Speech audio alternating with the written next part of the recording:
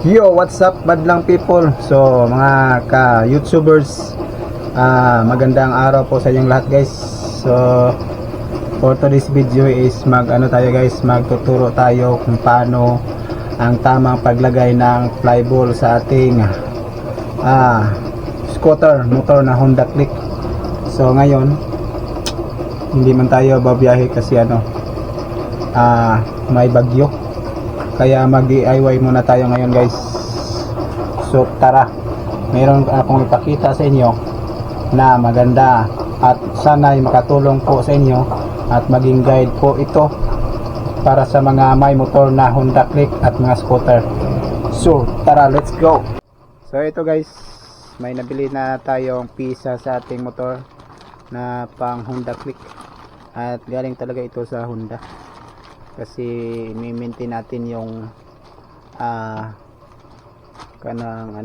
tawag nating kondisyon ng ating motor at laging stock pa rin kahit na luma na.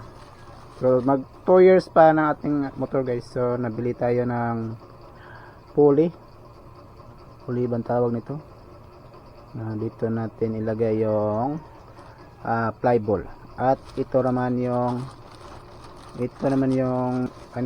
dry piece na yun natin sa Honda pa rin guys. So yun guys, kintab pa guys at ang bagong bago pa guys, kintab.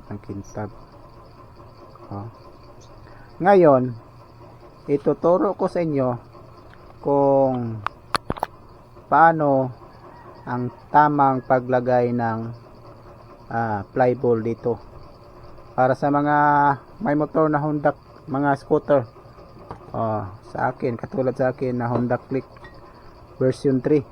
May tayo guys, bola flyball. So ang tamang paglagay nito guys, example guys, ito lang guys, ito yung parang may takip to guys. So hindi kayo malilito dito guys kung saan yung mukha, kasi may palatandaan na dito sa flyball na to na ginawa ni GT. At sa ibang flyball naman guys, yung mumurahin lang is walang palatandaan dito guys, walang palatandaan, halos kapareho lang nito. So yun guys, anyway, kung makita nito guys, parang mataba at dito naman is manipis, walang takip, walang takip, yun, walang takip. So ang tamang paglagay ditong mataba guys is nasa kaliwa palagi. Ito dito, yan guys, nasa kaliwa, yan dyan guys. At sa susunod naman dito pa rin guys, kasi yung ikot nito guys pa counter, pa clockwise yun guys. Sabi nila guys, kasi yung mataba dito is mabigat at dito naman is magaan, hindi pantay yung bigat nila. At ang ginamit kong grams nitong flyball ay ito lang, 13 grams, 13 grams lang to guys. Nakita nyo ba? 13 grams. Yun lang ang pinalitan ko dito sa flyball. Ang stock pala ng Honda Click is 15 grams. Kaya nilagyan ko ng 13 grams para may arangkada sa ating guys, biyahe. Yan yun guys, dito ang tamang paglagay ng flyball. At isa naman dito sa kaliwa palagi yung mataba. Yan.